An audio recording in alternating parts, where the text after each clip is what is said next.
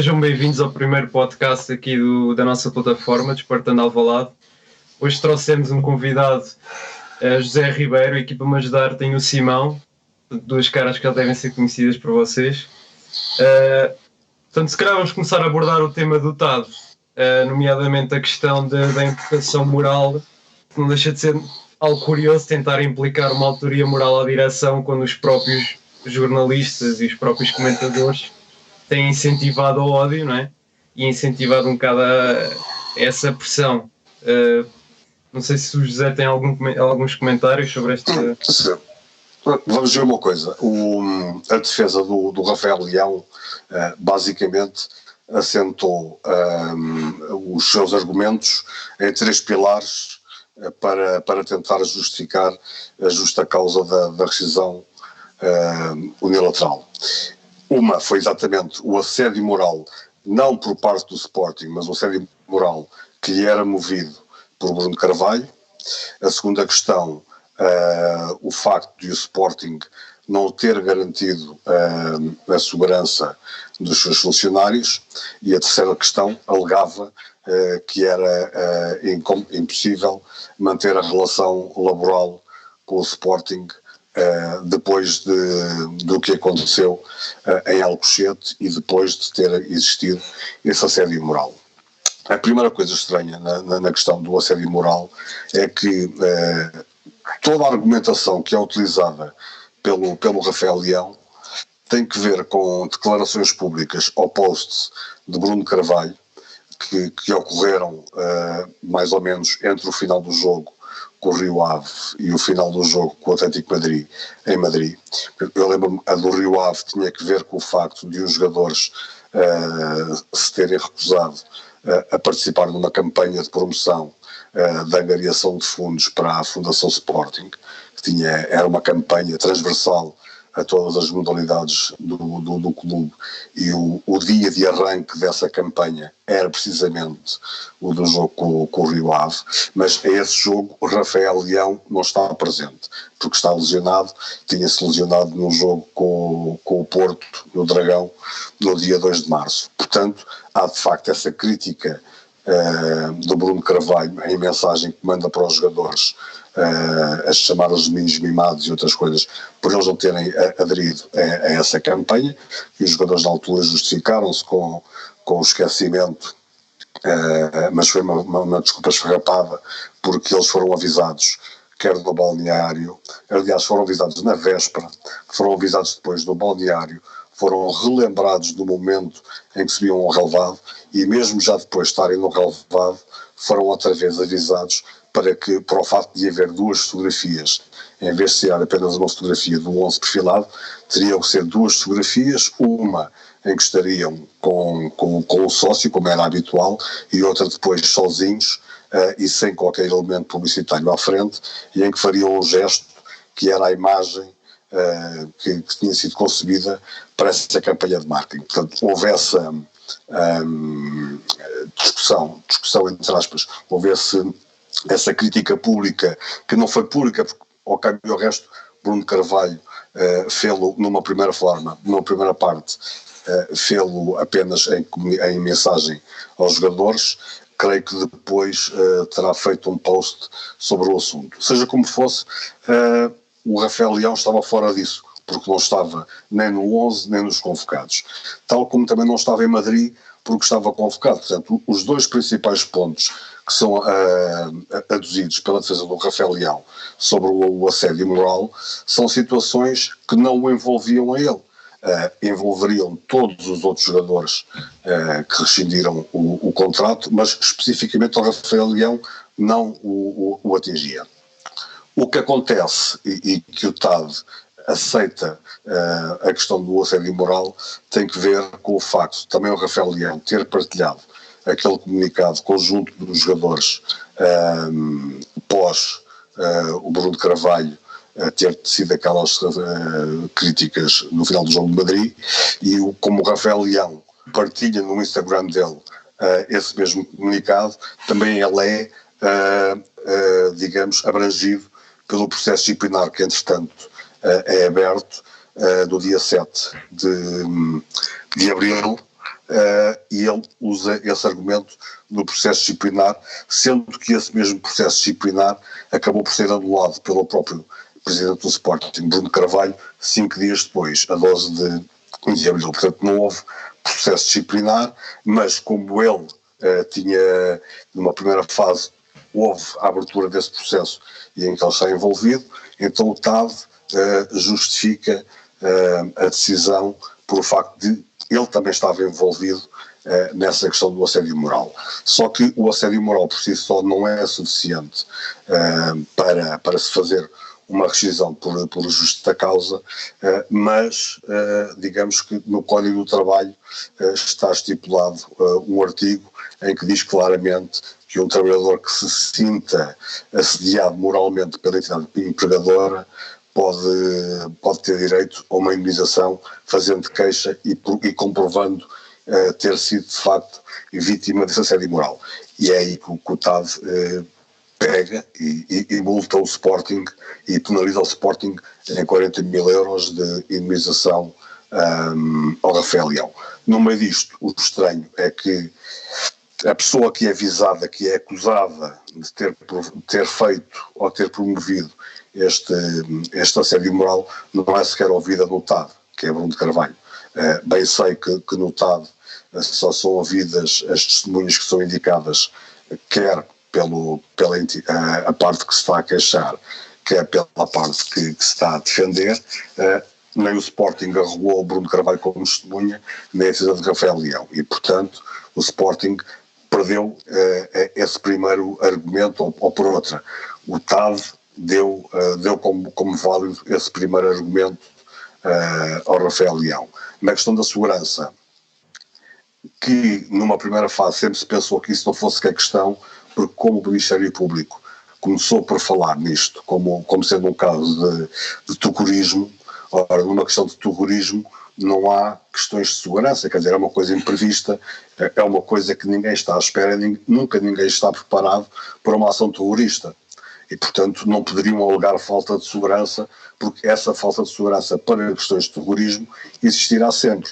Só que o TAD nunca pegou neste argumento do terrorismo, antes foi procurar tentar perceber se tinha havido ou não falha humana e erros humanos que provocassem a falha de segurança que permitiu aos invasores chegarem ao balneário. E, de facto, infelizmente para o Sporting, há uma série de erros humanos que acontecem naquela tarde na academia, desde logo por Ricardo Gonçalves, que o TAD chama a atenção para o facto de não ter ordenado o encerramento do portão da academia. É depois uma sucessão de erros, como o não fechar das portas principais, que era exatamente a porta de entrada do átrio, aquela tal porta que devem estar recordados, nós fomos ouvindo quer em programas de televisão, quer em testemunhos de pessoas que estavam no Sporting e que contavam as versões do sucedido,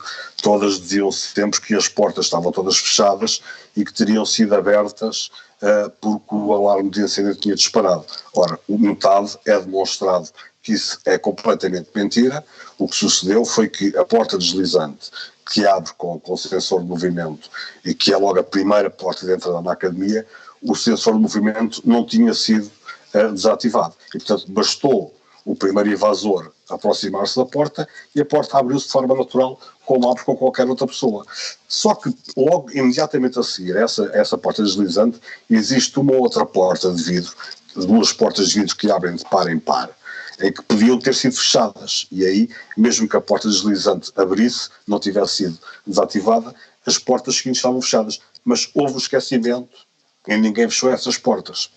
E logo a seguir, há uma terceira porta, que essa tem que ser ultrapassada para se chegar ao corredor de acesso ao vestiário, e essa porta estava trancada e só podia ser aberta por dentro. Portanto, os invasores, chegando ali, quanto muito podiam estar aos pontapés àquela porta, mas não a iam abrir.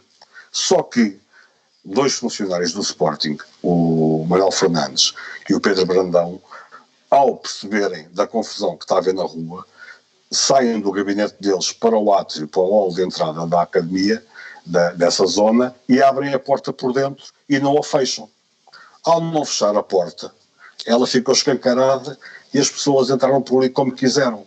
E depois ainda acontece mais uma última situação, que é o Vasco Fernandes, secretário técnico, tenta fechar a porta do balneário para que os invasores, já dentro da zona do fundo profissional, para que eles não conseguissem aceder ao balneário, e eles conseguem aceder porque o Raul José, treinador adjunto, não deixa o Vasco Fernandes fechar a porta, alegando que Jorge Jesus, que ainda estava lá fora, e podia precisar de ajuda. Ora, esta sucessão de erros é que faz com que as pessoas entrem no balneário, e portanto o TAD considera isso falta de segurança, que o Sporting não garantiu a segurança dos jogadores, e portanto também aí já estava garantido a segunda ordem de razão para o Rafael Leão. Só depois acontece uma questão que o TAD é muito claro. Se estivéssemos a falar de uma profissão normal, estas duas questões já eram suficientes para o empregador ter direito a rescindir o contrato com justa causa e ser indemnizado. No futebol as coisas não são assim. No futebol os contratos são de valores muito diferentes, os salários são muito diferentes e há um valor de ativo de cada jogador. Cada jogador tem um valor no ativo da empresa, portanto não pode rescindir de forma fácil. Tem que haver razões, por exemplo, uma razão que nunca o TAD rejeita é, por exemplo, salários em atraso. Isso é evidente. Se um jogador tiver, a lei diz que ao fim de 2 meses e 5 dias de salários em atraso, o jogador pode rescindir o contrato. Mas mesmo assim, para o fazer, tem que enviar uma carta ao clube a dizer que vai rescindir o contrato porque não recebe o salário há 2 meses e 5 dias. E na sequência da recepção dessa carta, o clube tem 15 dias para fazer o pagamento. Se o clube não fizer o pagamento, o contrato é automaticamente rescindido. E aí no TAD não há sequer discussão. Sem ser questões de ordem de salários e atraso, tem que haver justificações muito maiores para se rescindir um contrato. E uma delas, que o TAD considera essencial, é provar-se que não existem, depois daqueles crimes, entre aspas, cometidos, não existem objetivamente condições para o jogador conseguir manter a relação profissional laboral com o clube.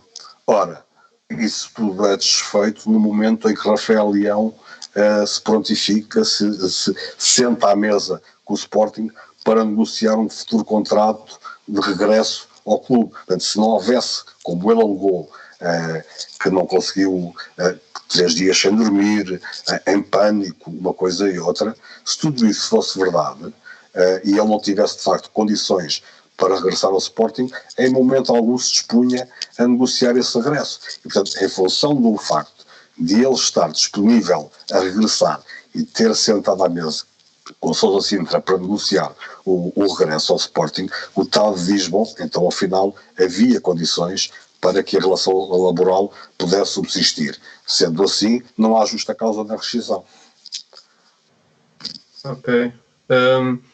Portanto, também é dito que, portanto, no acórdão do TAD, no processo, que motivos de falta de segurança e essa dita perseguição moral. Sim, assédio moral. Assédio moral. E violação dos deveres de segurança. Também lá é dito que eles só por si não são suficientes para uma rescisão de contrato, portanto também temos de ter em conta que um jogador de futebol tem um estatuto diferente de uma pessoa trabalhadora normal, não é? Não, porque lá está, se isso fosse suficiente, teria sido dada a razão ao Rafael Leão, porque nesses 2 pontos específicos o TAD reconhece-lhe razão, só que diz é que, mesmo existindo razão nesses 2 pontos, isso não é suficiente para rescindir o contrato. Tem que demonstrar-se de forma inequívoca que o jogador já não sente condições para manter a relação laboral com o clube. Ora, no caso do Sporting, dos 9 jogadores que rescindiram, 6 aceitaram entrar em processo, em falar com o Sporting para regressar. 3 regressaram mesmo, o Bas Dost, o Bruno Fernandes e a Batalha. Outros 3 não regressaram, mas todos eles falaram com a administração na altura da SAD, da Comissão de Gestão, todos eles falaram com o Sousa Sintra no sentido de tentar o regresso. Desde logo o Podense, que há aquela célebre história do Sousa Sintra estar na conferência de imprensa do Bruno Fernandes a dizer que os valores que o Podense pedia para regressar eram muito elevados e que, portanto, não o pôde fazer regressar. Ora, mas estava ali a prova de que o Podense, tal como o Rafael Leão, também se sentou à mesa com o Sporting a tentar negociar o regresso. Portanto, também para o Podense... Pronto, mas também para o Podense havia condições para continuar no Sporting, porque ele teve a negociar o regresso. Da mesma forma que o Ruben Ribeiro esteve na SAD no Sporting a pedir a Sousa Sintra para regressar. E Sousa Sintra é que disse que o Sporting não estava interessado no regresso dele. Portanto, mas também deu ele o passo no sentido de regressar ao Sporting. Portanto, quer dizer, se transferirmos esta decisão do TAD para os outros casos, verificamos que todos os jogadores que se disponibilizaram a tentar regressar ao Sporting seriam condenados. O Rui Patrício, o William Carvalho e o Gelson, em momento algum, deram sequer abertura para tentar regressar. Nunca foi equacionado por eles, nunca aceitaram a conversa para regressar. Quanto muito aceitaram, como no caso do William, aceitava que o Sporting negociasse, como depois o Rui Patrício aceitou, e o Gelson, que o Sporting negociasse, aliás o Gelson não, só o Rui Patrício e o William, mas numa primeira fase o William aceita que o Sporting negocie o passe dele com o Betis, a troco de o Sporting não lhe fazer o processo no TAD. E, portanto, o Sporting foi negociar com o Betis, chegaram a um acordo de verbas. O Rui Patrício e o Gelson, isso nem sequer aconteceu, não houve abertura sequer para nada, foi posteriormente no negócio feito já pelo presidente Frederico Varandas, em que negociou as verbas que teria a receber do Rui Patrício e do Gelson. Mas aí lá está. Se o TAD mantivesse a mesma linha de atuação, o que íamos verificar era que Rui Patrício e Gelson iriam conseguir rescindir o contrato por justa causa. Porque preenchiam os 3 requisitos a que o Rafael Leão não conseguiu preencher.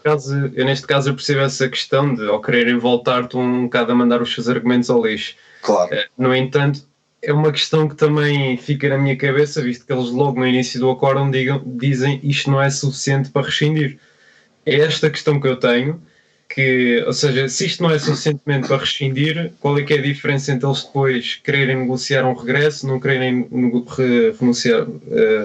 Porque isso é o ponto que te vai demonstrar porque para o TAD, não sei, confesso, não sei se na Câmara de Disputa da FIFA o entendimento é o mesmo ou não, mas no TAD, no entendimento deles, o que eles estão aqui a querer dizer é que, para eles, situação primordial é existir ou não existir possibilidade de a relação laboral subsistir. Ou seja, se as duas partes conseguem manter uma relação profissional entre elas. E, portanto, provou-se que os jogadores, ao disponibilizarem-se para negociar os regressos, estão a dizer que essa relação podia manter-se, podia ser mantida. E, portanto, então, se essa relação pode ser mantida, apesar de terem sido assediados moralmente, apesar de ter acontecido Alcochete, apesar disso tudo, se eles consideravam que havia condições para manter a relação laboral, e consideraram, porque tentaram regressar, então não poderiam rescindir por justa causa, não tinham razão. Se para eles, depois desses crimes, o regresso ao Sporting fosse completamente intolerável, impensável, então aí teriam direito a essa justa causa. Acontece que, como eu repito, os 6 jogadores que eu referi aqui, todos eles deram passos no sentido de estarem disponíveis para regressar, os outros 3 nunca deram esse passo. Portanto, e como os outros 3, os processos, se tivessem seguido para o TAD e se o entendimento fosse o mesmo, é sempre a mesma questão.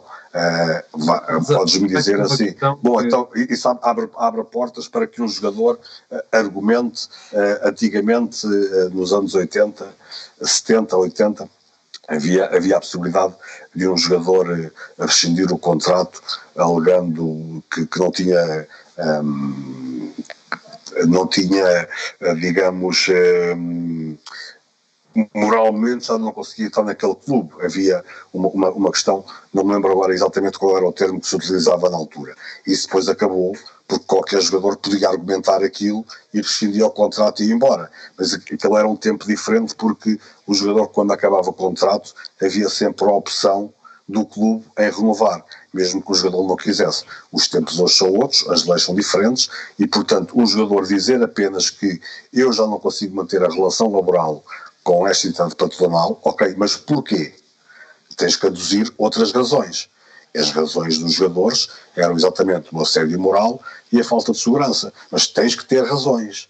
Se não tiveres nenhuma razão, também o TAD não te vai permitir rescindir o contrato só porque estás a argumentar dessa forma. Tens que ter provas daquilo que estás a dizer. No entanto, também há dois pontos-chave aqui no processo do TAD, que é não só o facto dos comentadores poderem ser autores morais, mas os próprios jogadores provocaram os adeptos. Os próprios jogadores fizeram, de certa forma, tiveram uma autoria moral nesta...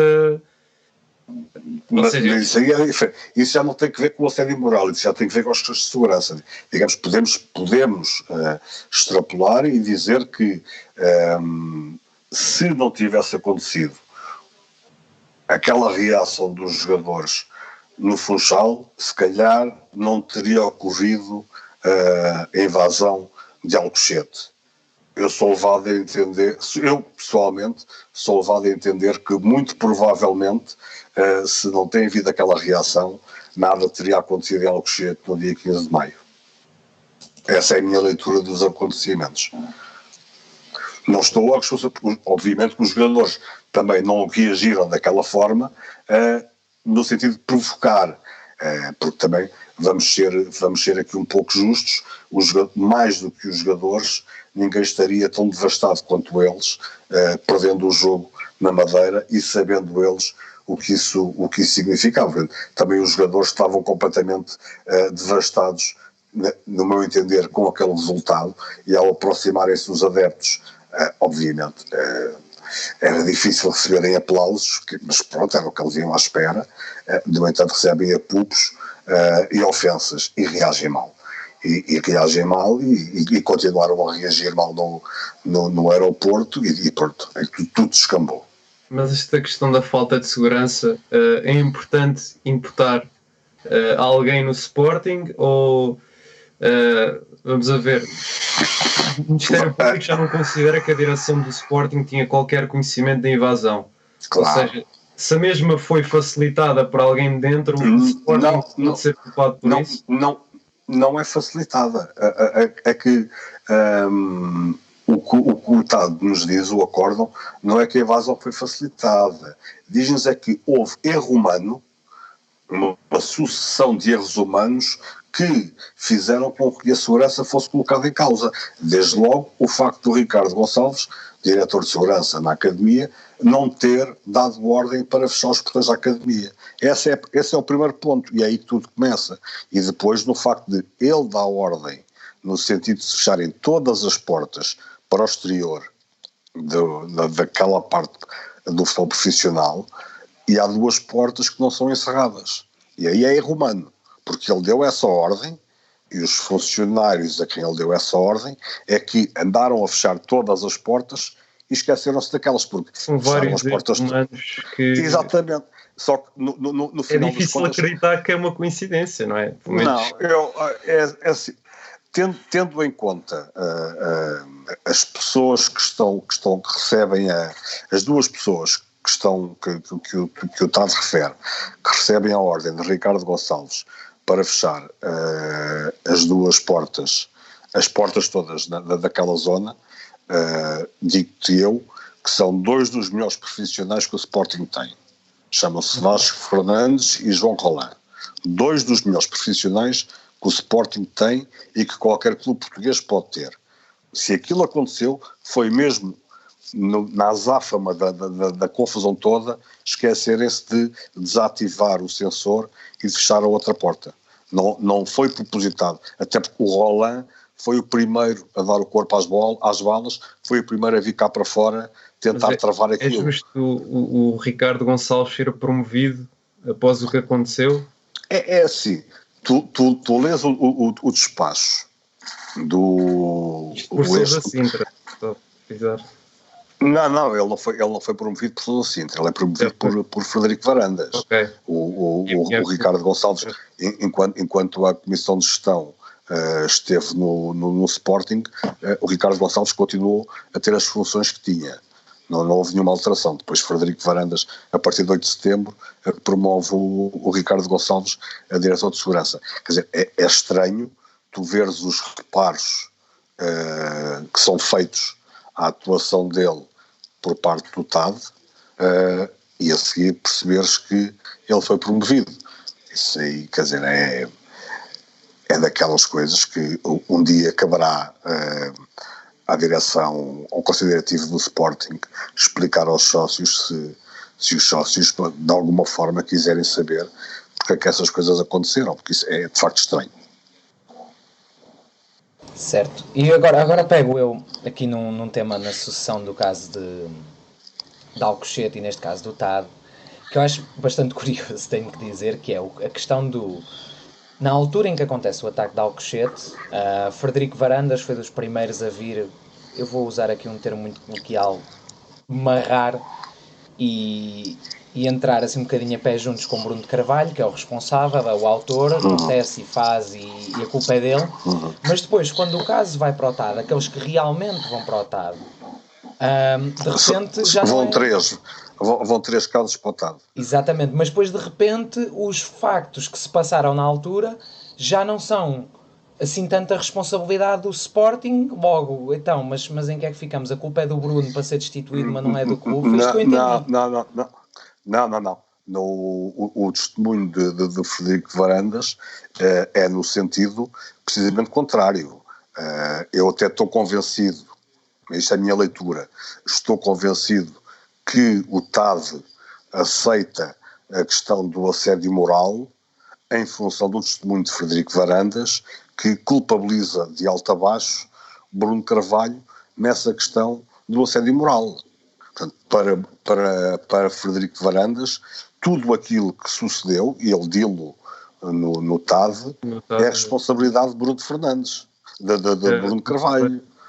E, portanto, em função, o testemunho de Frederico Varandas, na minha perspectiva, custa 40 mil euros ao Sporting, que é a prova do assédio moral, porque Frederico Varandas enfatiza muito esses momentos de Bruno Carvalho, dizendo que afetaram muito os jogadores em termos psicológicos, uma coisa e outra, e depois acaba a dizer que, na opinião dele, também o ataque à academia acabava por ser, digamos, a sequência de tudo aquilo que o Bruno Carvalho estava a dizer. Ou seja, Frederico Varandas, em termos práticos, foi dizer ao TAD exatamente aquilo que disse no tribunal, não como testemunha, mas como assistente do processo por parte do Sporting, ou seja, procurou, quer no tribunal de Monsanto, quer no TAD, responsabilizar de toda a maneira e feitio Bruno Carvalho. No tribunal de Monsanto não teve efeito nenhum. O efeito que teve foi a juíza, digamos, até ficar um pouco com uma imagem dele, percebendo que ele estava a dizer, que aquilo que ele estava a dizer tinha sido contrariado por todos os outros testemunhos que já lá tinham passado.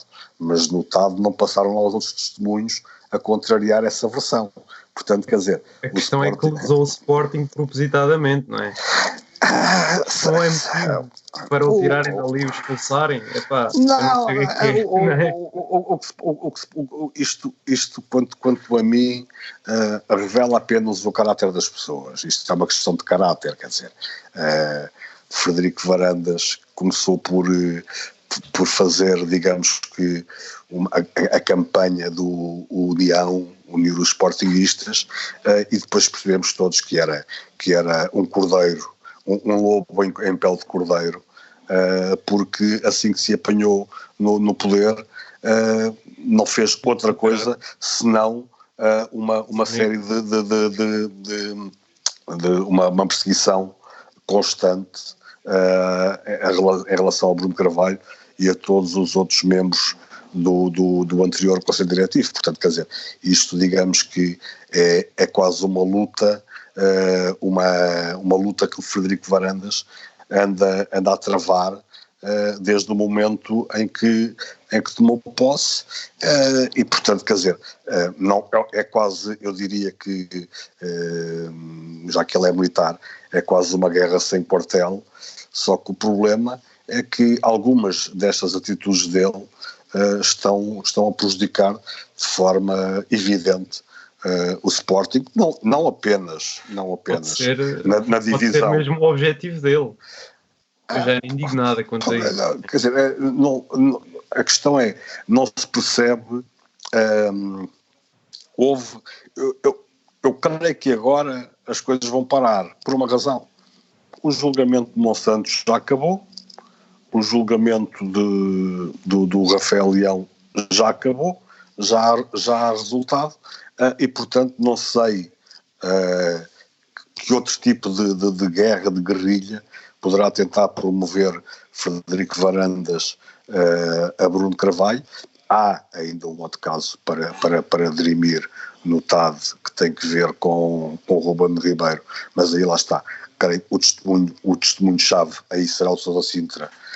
Não sei se ele foi arrolado como testemunha do Sporting, e portanto, se ele não foi arrolado como testemunha do Sporting, eu direi que as probabilidades do Sporting ganhar esse caso são zero, porque ele é que tem a chave para demonstrar que o Ruben Ribeiro queria regressar ao Sporting, mas lá está, também uma das pessoas que tinha a chave para demonstrar que o Gelson,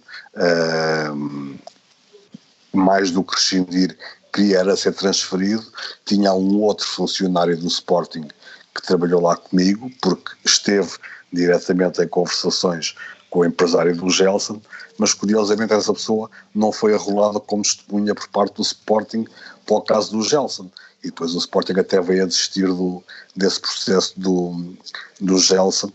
Esse aí, ao contrário, esse aí era antes mesmo de o jogador rescindir o contrato, foi dito pelo empresário dele a um funcionário do Sporting, que foi mandatado no sentido de negociar a tentativa de regresso do Gelson, que foi dito que o Gelson regressar estava completamente fora de hipóteses, mas que se o Sporting aceitasse transferi-lo por 25 milhões de euros, ele não rescindiria o contrato. Mas, portanto, aí era diferente. Aí era uma questão que ele queria era sair.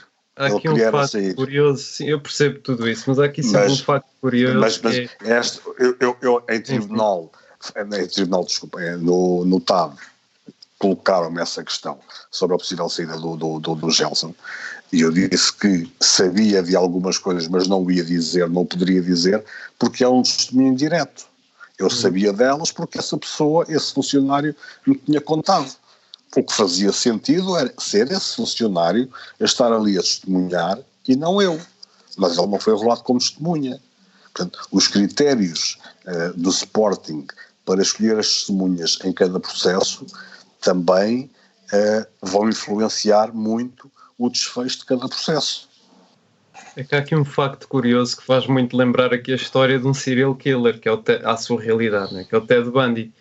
Portanto, ele era o primeiro que fazia os crimes, mas depois avisava toda a gente: epa, tenham cuidado aqui com a noite, há serial killers. Portanto, a questão do Varandas estar constantemente a tentar culpar Bruno de Carvalho e toda a questão histórica, ele não se lembra da história, lembra-se, não se lembra, fala, manipulam, torpam-se a história, turbam. E mesmo as faladas mensagens que por acaso não vieram no processo, faladas, alegadas mensagens que poderiam existir enviadas ao pai do Rafael Leão, Não sei, isto tudo parece um oportunismo e ele a tentar sacudir a água do pacote nalgo que, sei lá, por exemplo, se eu fosse se fosse algo que nem sequer sou acusado, qual é que era o meu intuito? Estar-me a meter ao barulho e estar a acusar outra pessoa? Mas aí já se percebeu que a dimensão da disputa Frederico Varandas-Bruno Carvalho já muito que ultrapassou o razoável, mas de parte a parte, atenção aí, de parte a parte, porque nós também, se estivermos atentos aos comentários de sexta-feira de Bruno Carvalho, obviamente pode argumentar que estão a ser feitos a posteriori de ter sido atacado por Frederico Varandas. Sim, mas a verdade é que também Bruno Carvalho, de há uns meses a esta parte, não poupa nos adjetivos pejorativos para qualificar Varandas. Portanto, quer dizer, aquilo já é quase uma disputa extremada entre os dois. Agora, eu digo assim, por tudo aquilo que aconteceu, Bruno Carvalho pode fazê-lo porque quando o faz, falo apenas enquanto cidadão Bruno Carvalho. E aí, se por acaso extravasar nos comentários que faz, nas qualificações que faz a Frederico Varandas, quanto muito Frederico Varandas pode-lhe meter um processo em tribunal por qualquer razão. Frederico Varandas, quando o faz, falo como presidente do Sporting. Isso, digamos que dá-lhe uma responsabilidade muito maior. Portanto, quando Frederico Varandas, na qualidade de presidente do Sporting, vai a tribunal e mente de forma descarada em relação a alguns factos, a algumas questões que ele acha que se passaram assim e que existem, inclusivamente, imagens televisivas que demonstram que foram precisamente o contrário do que ele está a dizer. Quando chega ao TAD e também ele responsabiliza diretamente Bruno Carvalho por tudo aquilo, ele não é parvo, ele tem perfeita noção de que está a dar trunfos à defesa de Rafael Leão contra o Sporting. E depois, quer dizer, juntas a isso um outro dado que eu li uma declaração a semana passada de Francisco Salgado Zenha que eu não queria acreditar. A forma como ele comenta numa única frase a vitória do Sporting no processo a Rafael Leão dá-me claramente a entender que para eles foi uma má notícia. Foi uma má notícia. Porque uma pessoa, uma direção, uma administração que tem feito bandeira durante 2 anos de problemas económicos, de uma herança horrível, falta de dinheiro constante, de repente tem uma sentença do TAD favorável em 16 milhões e 500 mil euros. E o comentário de Francisco Salgado Zenha era, foi bom ganhar, mas recordo que a cláusula de rescisão era 45 milhões. Como quem diz, é uma vitória que não me interessa muito, porque só vou receber 1/3 do valor que podia receber por ele. E isso leva-me a perguntar, de forma direta, olhando para ele assim, ao Francisco Salgado Zenha, qual era mesmo a cláusula de rescisão do Daniel Podense? Por quanto é que ele foi negociado? É que parece-me que a cláusula de rescisão do Daniel Podense era exatamente igual à do Rafael Leão. E o Sporting aceitou abrir mão do processo a troco de 7 milhões. Mas pergunto-lhe mais ainda, qual é que era mesmo a cláusula de rescisão do Gelson de Martins? Eram 100 milhões. Pois era. E o Sporting aceitou abrir mão do Gelson de Martins, não levar o caso até às últimas instâncias, a troco de 22 milhões e meio, que não são 22 milhões e meio. São 15 milhões, porque 7,5 foram por conta de 50% do passe do Vieto. Portanto, o Gelson foi negociado por um valor inferior àquele que o Sporting pode receber pelo Rafael Leão. O Podense foi negociado por menos de metade do que o Sporting recebe do Rafael Leão. O William Carvalho, para dar mais dinheiro ao Sporting do que o Rafael Leão, vai ter que cumprir uma série de objetivos no Betis que eu devido que os cumpra. E o dinheiro líquido que o Sporting recebeu do Rui Patrício é inferior aos 16.500 euros, aos 16 milhões e 500 mil euros. Ou seja, arrisca-se o Sporting a ter, no caso Rafael Leão, o maior encaixe de todos aqueles processos da sequência de Alcochete. E em vez de ouvir uma pessoa, um administrador financeiro, contente pela verba que vai receber, o que eu vejo é que, com esta que a gente não esperava, que dava se calhar jeito perder o caso. E eu pergunto, mas estas pessoas estão ali para fazer o bem do Sporting, para querer o bem do Sporting ou para querer o bem da imagem deles? Começa a haver demasiadas questões que nos fazem levantar essa dúvida. Até de resto, a entrevista que Salgado Zenha dá agora ao Record esta semana, em que eu já não vou ao ponto de dizer que o jornalista é manifestamente incompetente pelo facto de não ter perguntado ao Francisco Salgado Zenha sobre a questão do Rafael Leão. E não era só a questão de perguntar o que é que acha dos 16 milhões e meio. Não é isso. O que é que o Sporting vai fazer para receber o dinheiro? É que se o Sporting ficar sentado à espera que o Rafael Leão apareça lá com uma mala de dinheiro, pode ficar sentadinho à espera durante 20 anos. Nunca vai ver o dinheiro. O Sporting tem que tomar uma atitude. E o jornalista, não estou a dizer que perguntasse em função do dinheiro que o Sporting tem que receber, que perguntasse como é que o Sporting, o que é que o Sporting está a pensar fazer em relação a isso. Para cobrar esse valor. O jornalista não fez a questão.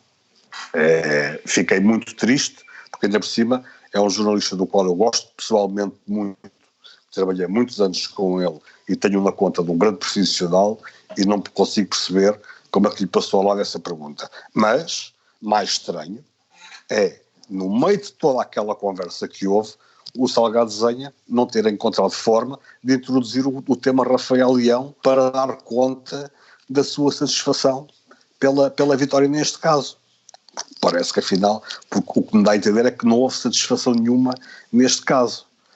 Como sportinguista, eu não fiquei contente, fiquei felicíssimo por esta decisão e por tudo aquilo que ela representa, não só para o Sporting, mas para o futebol, porque se fosse possível aquilo acontecer sem penalização, o futebol estava a dar um passo num caminho que já está a dar hoje, que é muito perigoso, que é a dos agentes e dos futebolistas mandarem nos clubes.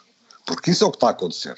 Sem as pessoas se aperceberem, o que está a acontecer hoje é que são quase os agentes de futebol que mandam nos clubes. São eles que têm hoje o poder de decidir os jogadores e os treinadores que são contratados pelos clubes. Se os clubes não têm dirigentes à frente com coragem para colocar um travão nisto, o resultado não vai ser nada bom. Os jogadores também já começam cada vez mais cedo a esticar a corda. O jogador antigamente tinha aquela percepção de querer sair aos 23, 24 anos para ir ganhar o seu dinheiro. Nada a dizer, com essa idade, mais ou menos com 22 anos, foi o Figo para Barcelona, o Rui Costa foi para o estrangeiro, o Paulo Sousa e tantos outros, mas faziam sempre, normalmente, 2, 3 anos em Portugal. Hoje os jogadores ainda estão quase a sair dos júniores para os séniores e já estão a olhar para fora, que é lá que vão ganhar o dinheiro. Só que normalmente todos eles, os bons, estão agarrados aos clubes em contratos de 5 anos. Então o que está a acontecer hoje muito rapidamente, muito precocemente, é eles tentarem esticar a corda para irem embora ganhar o dinheiro. Portanto, aquela questão de, não, este clube formou-me, eu tenho que ter respeito. Isso acabou. Esse romantismo acabou. Os jogadores eles querem ganhar o dinheiro da forma mais rápida possível. E foi apenas isso que motivou o Rafael Leão e o Gelson a rescindir o contrato. Foi ganhar o dinheiro o mais rápido possível. E, portanto, lá está. Esta administração do Sporting está a deixar ser demasiado fácil a vida para os agentes que querem manipular o mercado com o Sporting. Eu aproveito aqui para pegar. Isto é um breve exercício, porque acho que há outros temas mais importantes, mas achei muita piada. Eu tinha aqui a. Eu tive uma breve discussão com um certo jornalista, não interessa saber quem, mas está no meu Twitter para quem estiver interessado, sobre o atual presidente, em que me foi dito: vocês defendem uma pessoa, assim, parafraseando, mas foi: vocês defendem uma pessoa que vos insulta. E eu depois Sim, lembrei-me. Ok. Estás a falar do Bernardo Ribeiro, sim. Eu não queria estar a nomear nomes, mas pronto, pode ser. Não, desculpa, repara uma coisa. Aquilo que mais me irrita é quando as pessoas começam a falar de situações e não colocam o nome nas coisas. Desculpa, as pessoas têm que se falar o nome das pessoas sem qualquer constrangimento, quer dizer, as coisas são públicas. Quando estamos a falar de questões que são privadas, e eu, por exemplo, não nomeei quem era aquela pessoa que deveria ter sido testemunha no lugar do Gelson do meu lugar. Não nomeei, isso é uma questão privada. Claro. Agora, aquilo que é do domínio público, não há razão. Olha, repara, estás a falar dessa questão que tiveste com o Bernardo Ribeiro.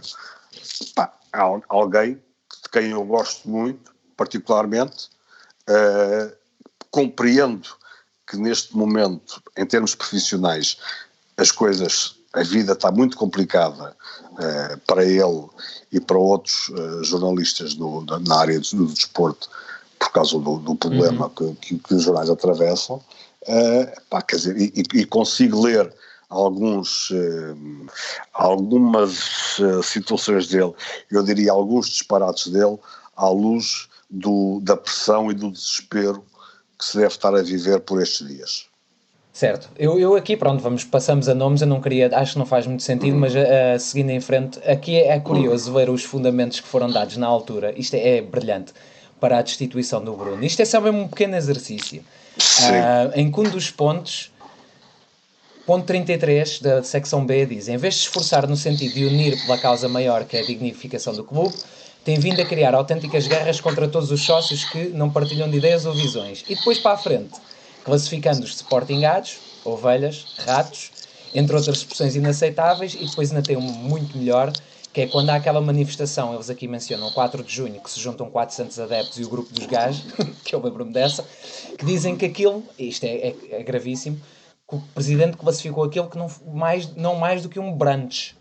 Isto é gravíssimo, e isto é motivo para uma destituição, que era aquele exercício. Mas chamar aos sócios de escumalhas, esqueletos e vai-se saber quase outros impropérios, é uma coisa muito aceitável e não é de todo um insulto.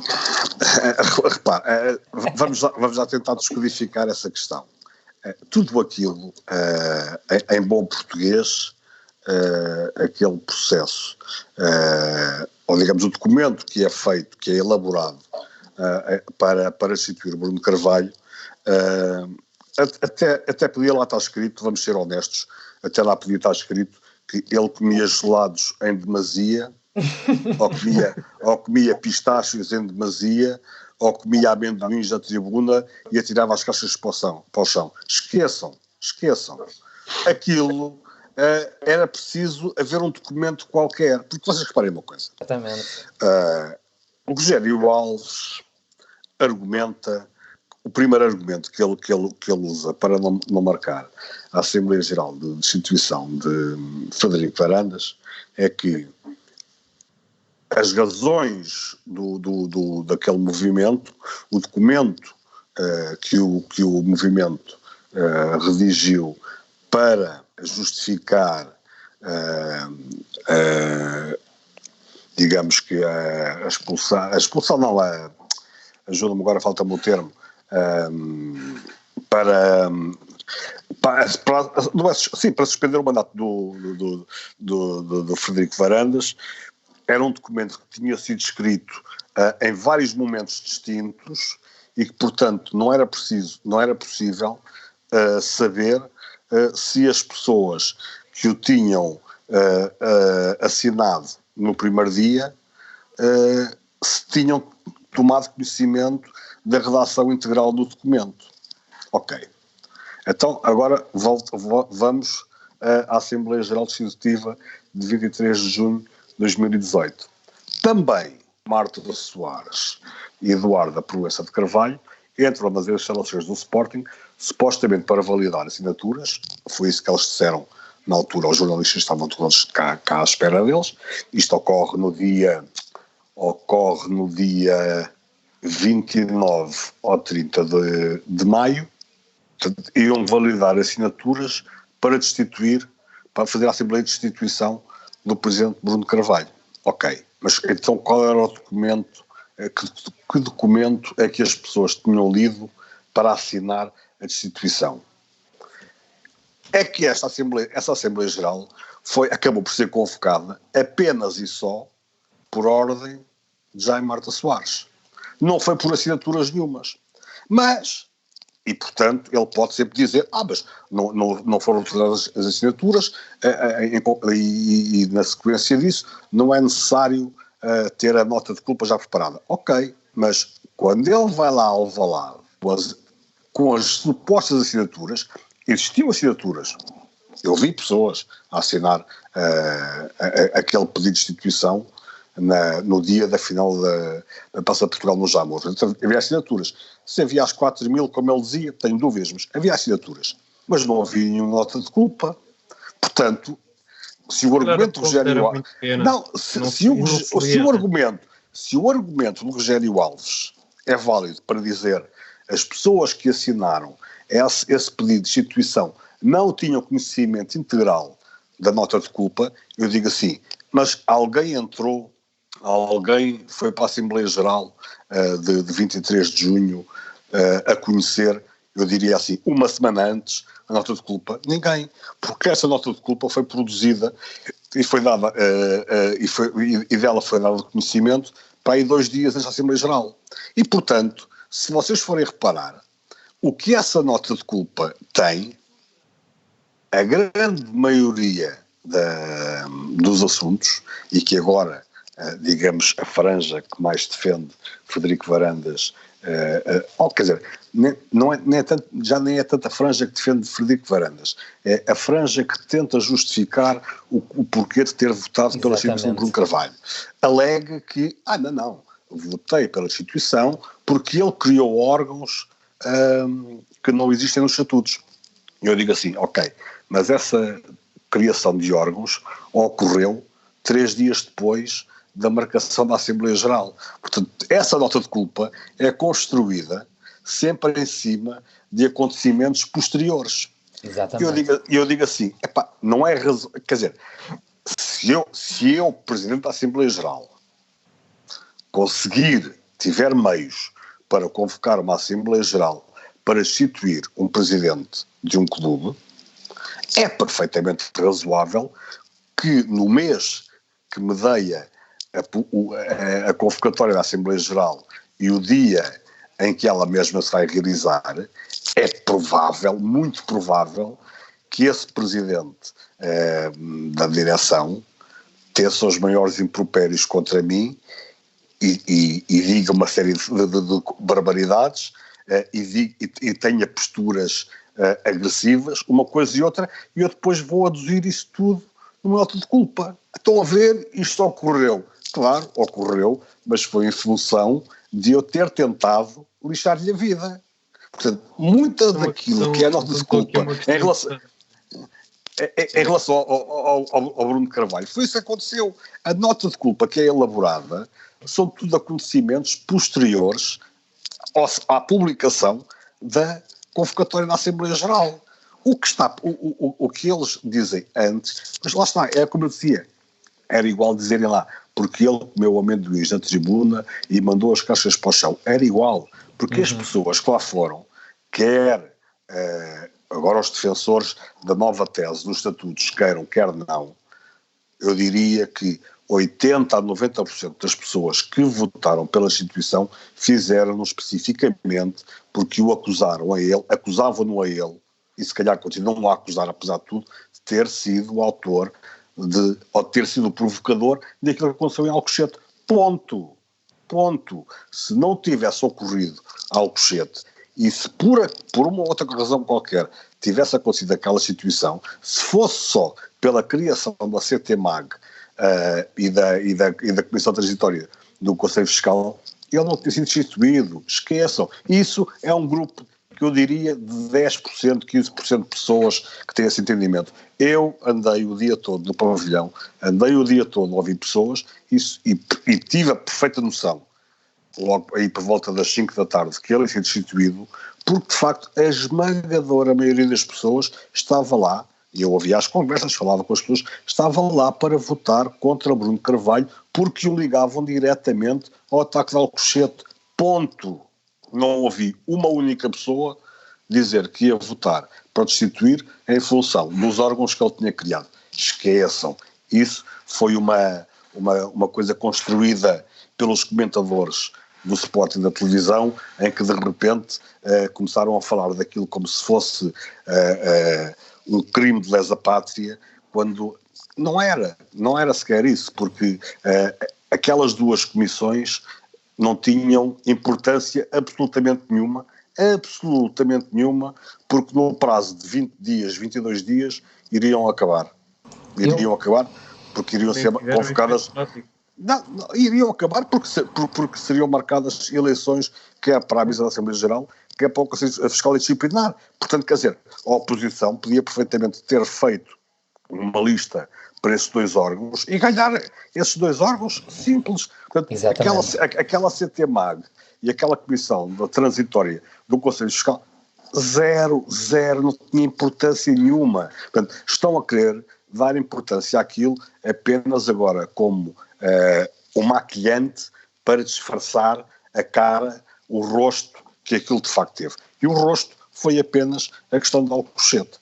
Ponto. E, portanto, tudo aquilo que está escrito, isto agora só para dizer, tudo aquilo que está escrito na nota de culpa, esquece, não interessa para nada. Podia lá estar escrito olha, podia ser versos dos Lusíadas, umas estrofes dos Lusíadas. As pessoas, ninguém ligou àquilo, ninguém leu a nota de acusação antes, ninguém leu depois, ninguém ouviu o Jaime Marta Soares a lê-la, porque enquanto ele lia era só gente a assobiar, porque as pessoas só queriam uma coisa: Bruno Carvalho fora, porque era o responsável pelo que tinha acontecido na academia. Ponto. Exatamente. E agora, aproveitando assim para o assunto mais atual e do fecho, digamos, eu vou chamar ao Sr. Rogério Alves de homem plasticina. Portanto, isto vai ligar bem. Porquê? Porque ao mesmo tempo que um documento redigido ao longo do tempo é um problema para a marcação de uma AG para fazer cair uma direção, neste momento o mesmo homem tenta moldar não só os estatutos do Sporting, mas também os estatutos ou as diretrizes dos militares, que dizem que um militar em situação de estado de emergência está em regime de exclusividade, mas ao mesmo tempo, não, mas isto é só em caso de guerra, isto aqui está subentendido que é só em caso de guerra, não pode ser em caso de emergência de saúde ou pandemia, isto.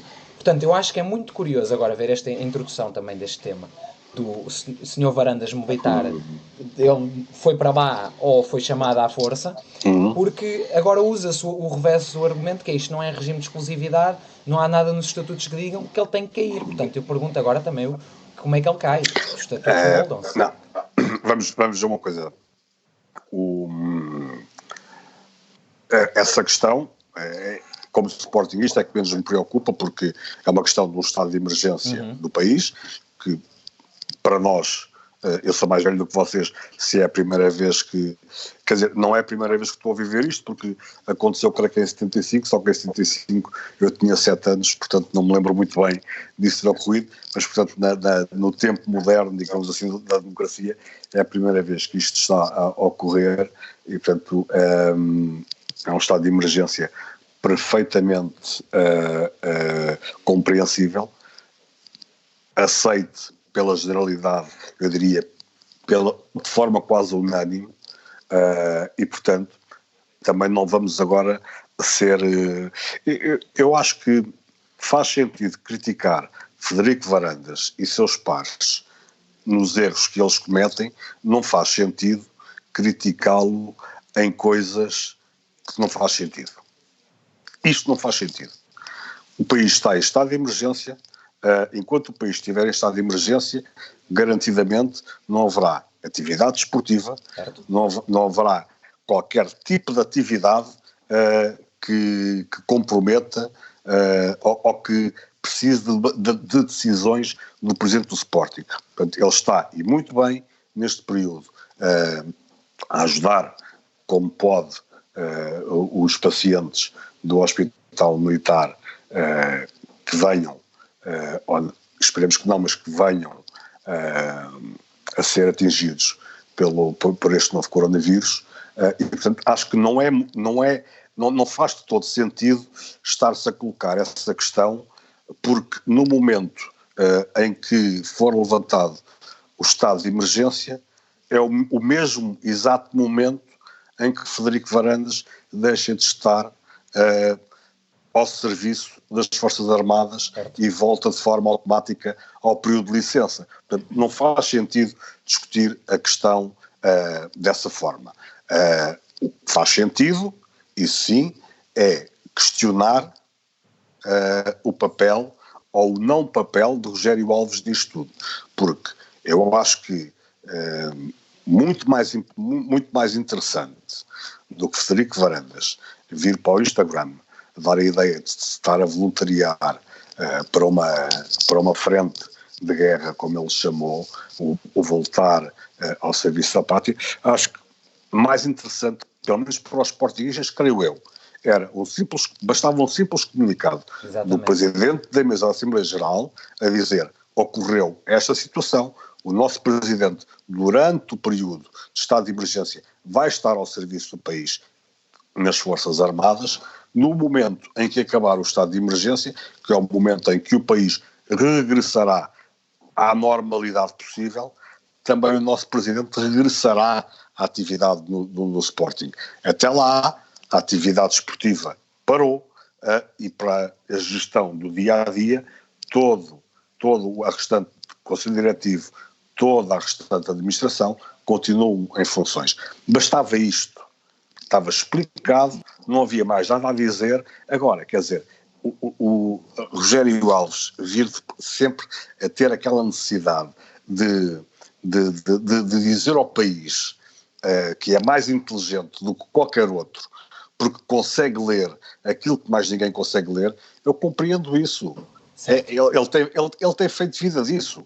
Ele tem feito vida nesses corredores de poder, a ler coisas que mais ninguém lê. Eu digo assim, se calhar a justiça em Portugal também está como está, porque dão demasiada,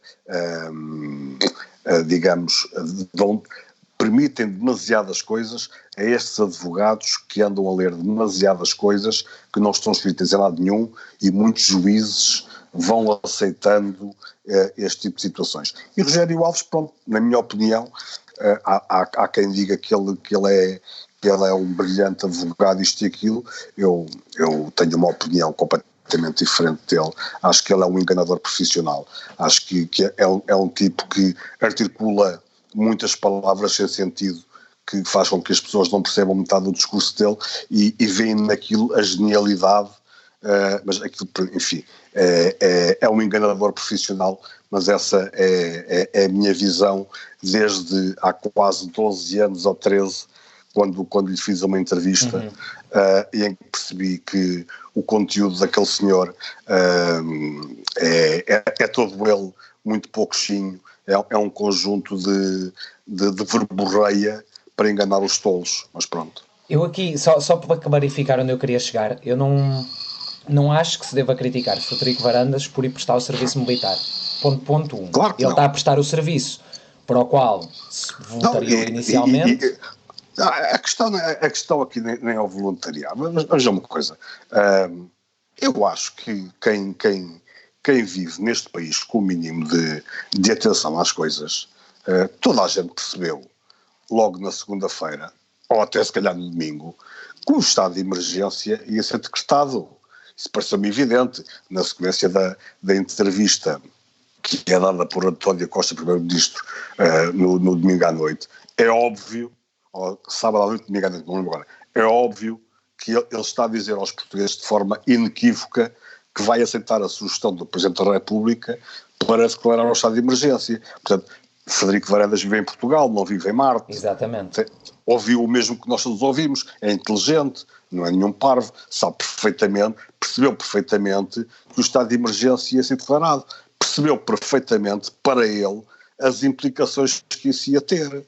Agora, se montou com o departamento de propaganda que agora funciona em Alvalade, se montou com esse departamento de propaganda todo este cenário de herói, não vou dizer que o fez, não me compete dizer, cada um faça a leitura que quiser, faça o seu juízo, sendo óbvio uma coisa: na quarta-feira ou na quinta iria ser decretado o estado de emergência, ele ia ser, a licença dele iria ser suspensa, ele teria que se apresentar no hospital ao serviço das Forças Armadas. Ele sabia perfeitamente isso no domingo, como qualquer português minimamente informado percebeu.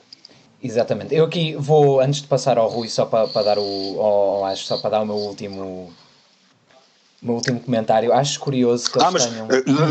Deixa-me só a este propósito acrescentar-te uma coisa, que tem que ver com isto. Não me interessa tanto aquilo que já está feito, porque isso está feito, interessa-me o que vem para a frente. Não sei se as pessoas já se deram conta, mas a licença que Frederico Varandas goza, desde, creio que de 2013 ou 2015, ele goza nessa licença, 2017, começou em 2013 e prolongou-se em 2017. Tem que ver com o estatuto político que ele tem, de ser elemento de uma Assembleia Municipal de Odivelas. Uhum. Haverá em 2001, previsivelmente em setembro, outubro de 2001, do próximo ano, eleições. E a questão que eu coloco é: ele só tem esta dispensa de atividade nas Forças Armadas em função de ocupar um cargo político. Exatamente. A minha questão é: vai o presidente do Sporting Clube Portugal, administrador da Sporting Clube Portugal SAD, candidatar-se a novo cargo político em 2021? Não é que uma coisa seja incompatível com a outra, mas deixa a questão. Agora, vamos colocar o cenário que ele até se vai tentar candidatar para continuar a gozar dessa licença política. Vamos imaginar que ele não consegue ser eleito para nenhum cargo, para ocupar um lugar na Assembleia Municipal. Deixa de ser político.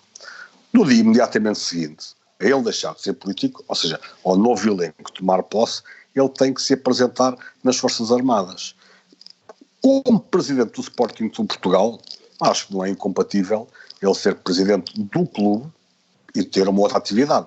Já aconteceu no passado com inúmeros presidentes, acontece hoje. Agora, enquanto presidente do Conselho de Administração da Sporting SAD, isso não pode acontecer. Mesmo que as Forças Armadas lhe deem o estatuto, porque existe esse estatuto de exceção de ele poder acumular funções. Eu acho é que o presidente do Conselho de Administração do Sporting Clube Portugal SAD não o pode fazer em part-time.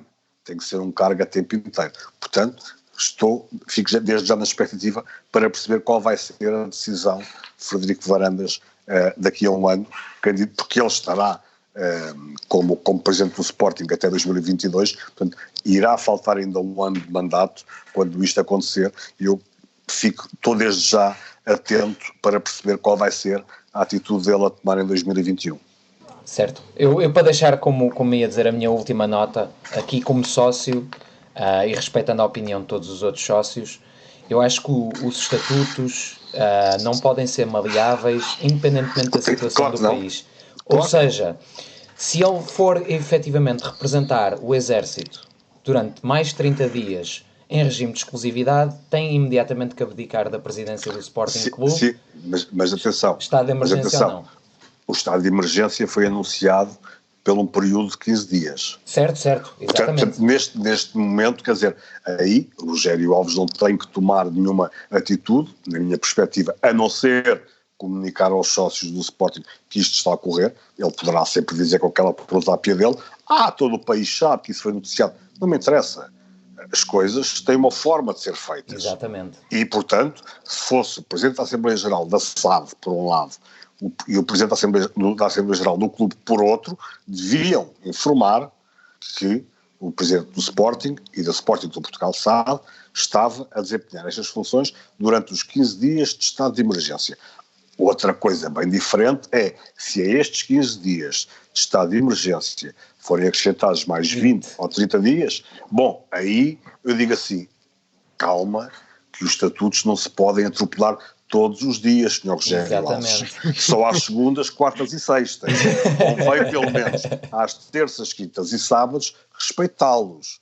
Mas, enfim, vamos ver. Eu acho que ele já preparou um bocadinho a caminha para essa questão dos estatutos, que foi, mas os estatutos militares, foi aquele tal do e tal, mas vamos ver o que é que acontece. Atenção, claro. Eu não quero que ele destitua, entre aspas, Frederico Varandas por 15 dias, não é estatutariamente requerido. Mas é perfeitamente possível, e creio que estatutariamente está essa figura existe, ele pode suspender o mandato dele por o prazo de um ano, de um mês, e pode ser nomeado de forma interina um presidente substituto. Aliás, e não, creio que para isso não é preciso sequer a Assembleia Geral.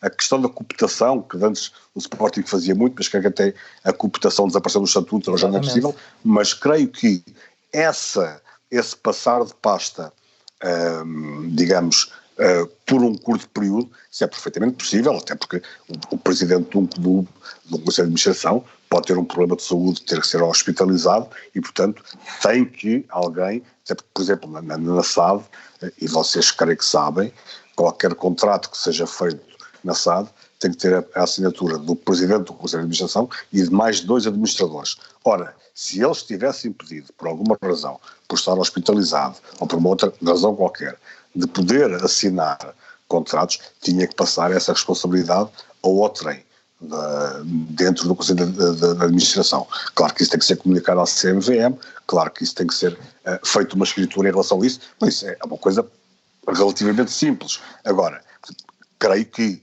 se este estado de emergência se prolongar por mais de 15 dias, aí fazia, na minha opinião, todo o sentido ele suspender o cargo que ocupa no Sporting e nomear de forma interina alguém para o fazer enquanto durasse este estado de emergência, porque não chega a dizer, bom, para as modalidades está lá o Miguel Afonso tratando do assunto, para as questões financeiras está lá o Salgado Zenha.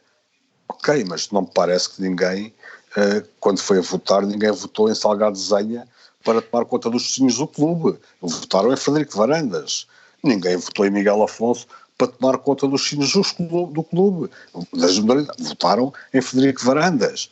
Por isso é que aliás, Miguel Afonso nem sequer é vice-presidente, é vogal do Conselho Diretivo.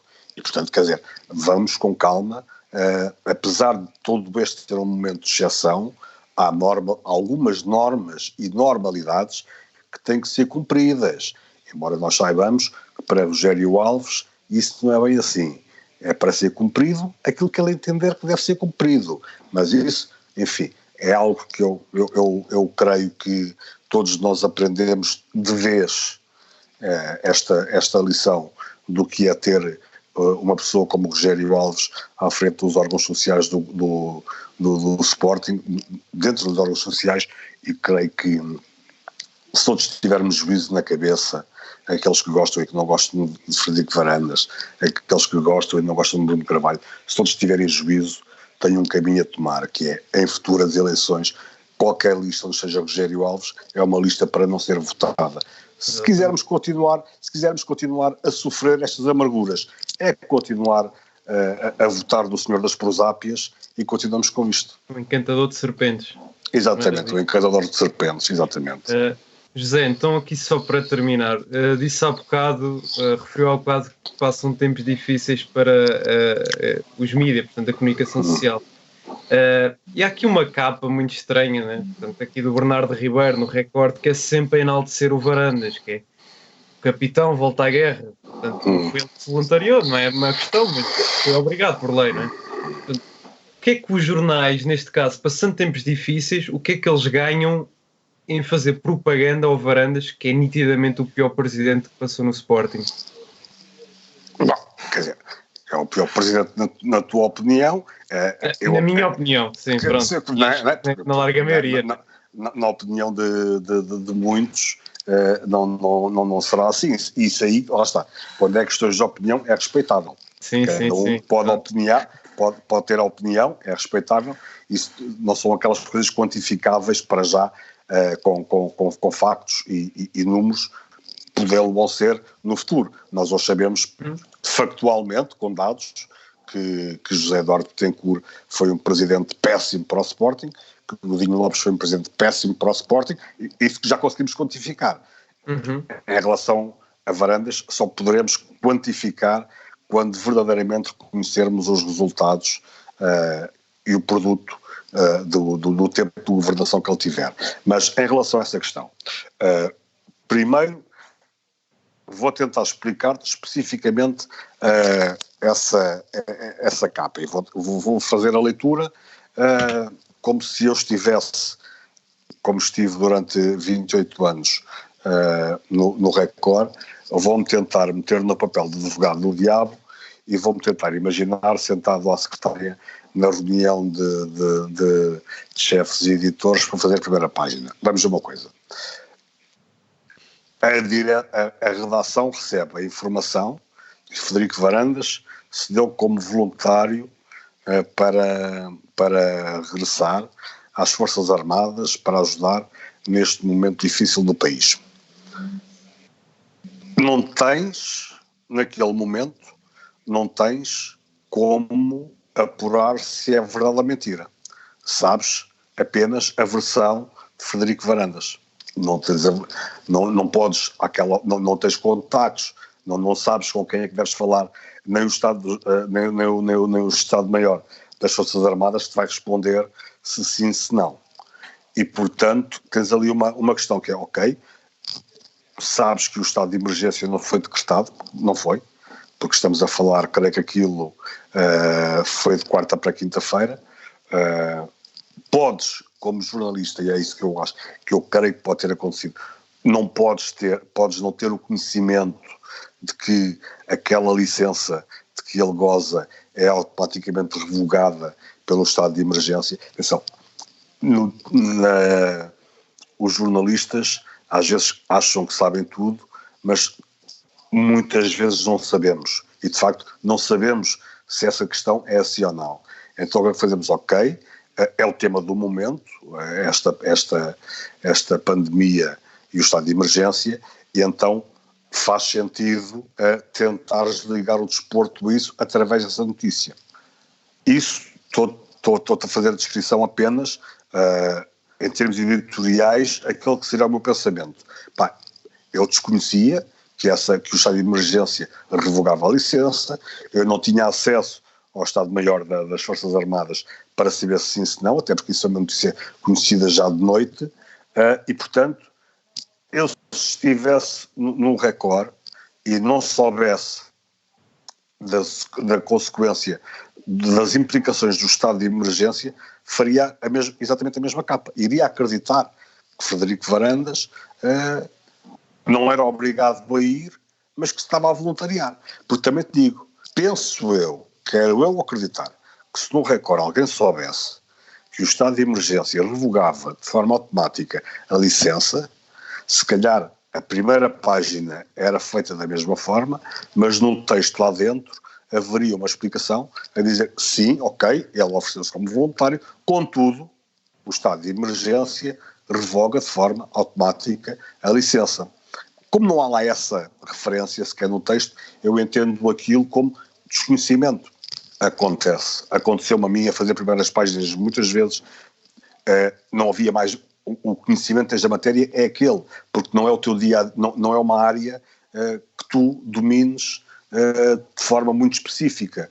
Tens que recorrer no dia seguinte a especialistas que te possam enquadrar melhor.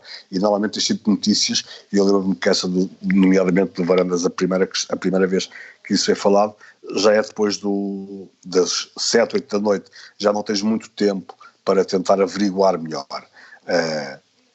Agora, eu também saio do papel de advogado do diabo e meto no papel no papel do teu, porque me estás a questionar.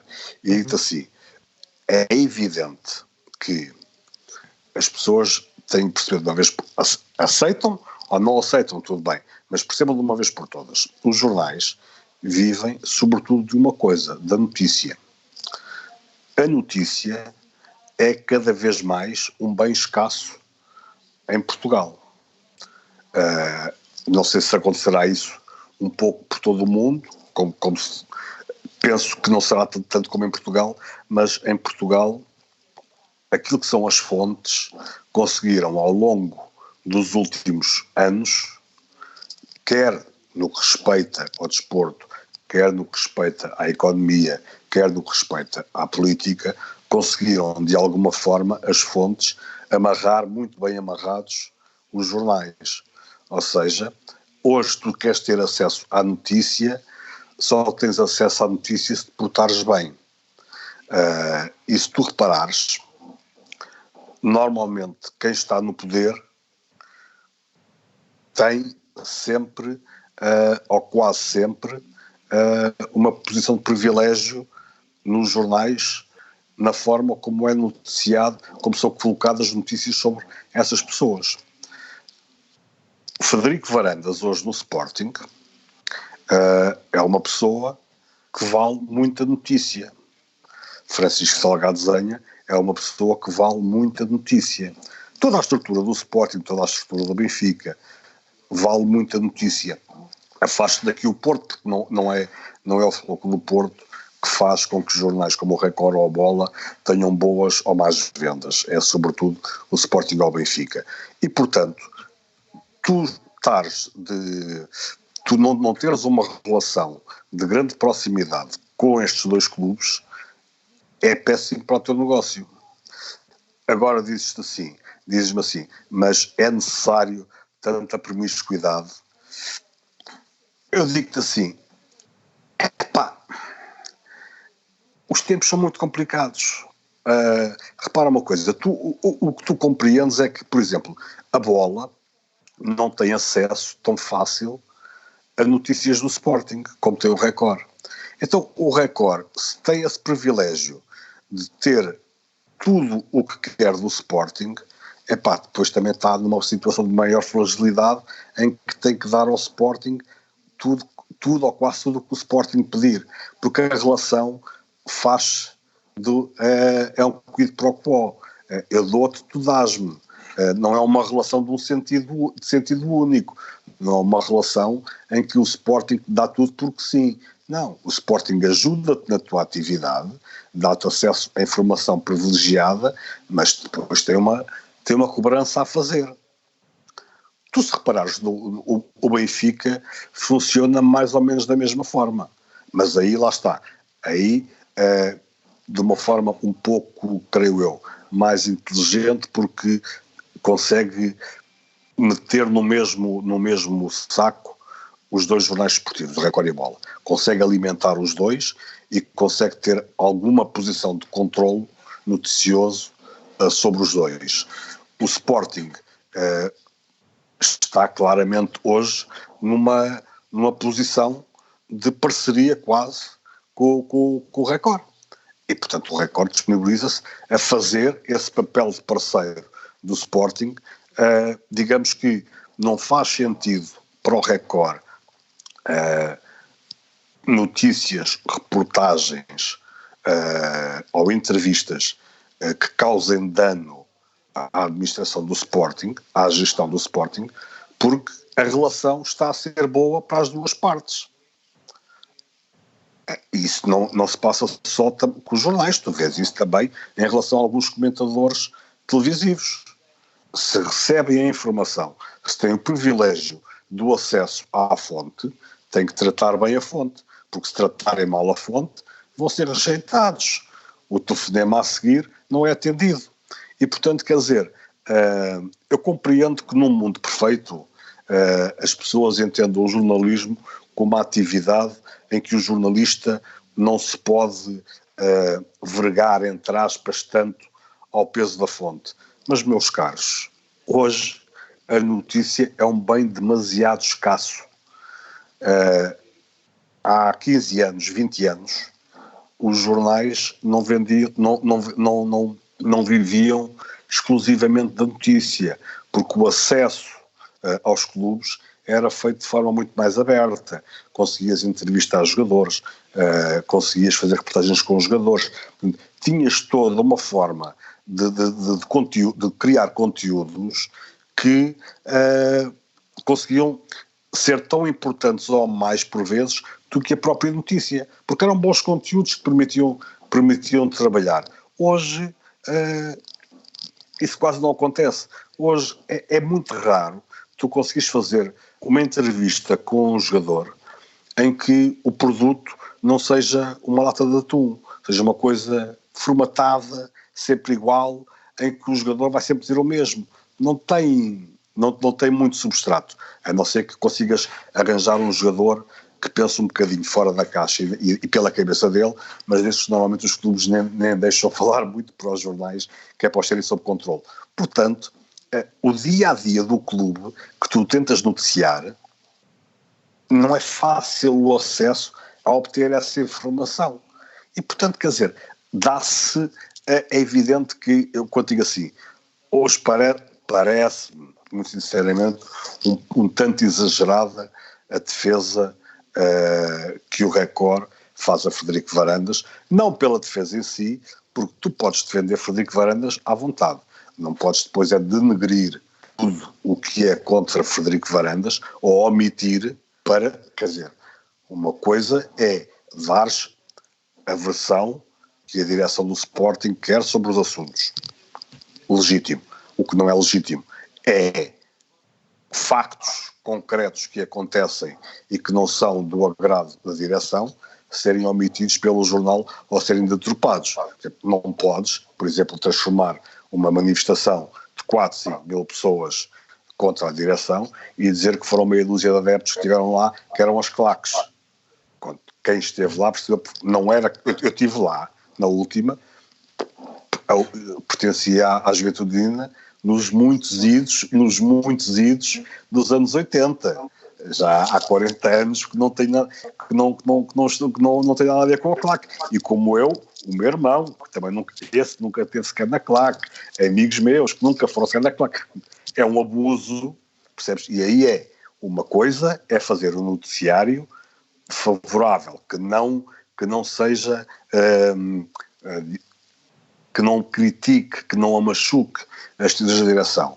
Outra coisa é fazer a propaganda da direção noutros assuntos. Não, cada assunto é o seu assunto. E aí o jornal só tinha a ganhar credibilidade se conseguisse ter a capacidade de fazer, tudo bem, todos estes elogios constantes a Varandas, sem ignorar o resto do mundo Sporting. Porque o que vai acontecer, eu vou-te explicar muito facilmente, porque estive lá há 28 anos. Isto é tudo muito simples. Quando todos estes comentadores, todos estes jornais que hoje estão nesta posição, quando começarem a perceber que se aproxima o dia do fim de Varandas, todos eles, de repente vão descobrir podres desta administração e do Varandas que não passam pela cabeça. Vai ser um fartote de coisas que eles afinal sabem. Porque já estarão aí nessa altura a preparar o caminho para sensibilizar a próxima direção, o próximo presidente. Percebes? E, portanto, isto parece um bocado, desta forma, parece um bocado de prostituição intelectual, bem entendido. Mas de facto, hoje os jornais estão numa posição muito, muito difícil, que é, se não aceitam fazer este tipo de jogo, não há jogo nenhum para eles jogarem. Não há notícia, não há nada. Tu hoje já vendes tão poucos jornais que, se não consegues ter a vantagem de alguns exclusivos, é uma coisa... É o fim, que aliás, neste momento, já vai ser muito complicado. Repara, os jornais desportivos hoje vendem, em média por dia, os 3 juntos, menos do que um apenas, o Record. Por exemplo, o Record vendia há 10 anos mais do que vendem hoje os 3 jornais desportivos juntos, num dia. E, portanto, estás a ver, quer dizer, o mercado está a reduzir-se de tal maneira, as receitas estão a diminuir de tal maneira, que começa a ser vida muito complicada para os jornais desportivos. Epá, é evidente que nós olhamos para aquilo, numa questão do mundo perfeito, e dizemos assim, não, mas se eles fizessem um jornalismo sério, isto e aquilo, e digamos assim, amigos, se fosse esse jornalismo tão sério, tão puro, como as pessoas, tão duro, como as pessoas acham que o jornalismo deve ser, os jornais arriscavam-se a não ter uma notícia, porque tinham as portas fechadas em todo lado. E, portanto, ninguém vai comprar um jornal sem notícias. Portanto, faz-me confusão os exageros que se cometem, mas vou percebendo alguns exageros à luz dos tempos muito complicados que passamos. Ok. Então, damos assim por encerrada. Queria agradecer aqui ao José a entrevista e ao Simão. Também ao José, obrigado pela nova conversa. Hoje foi um bocadinho mais longa.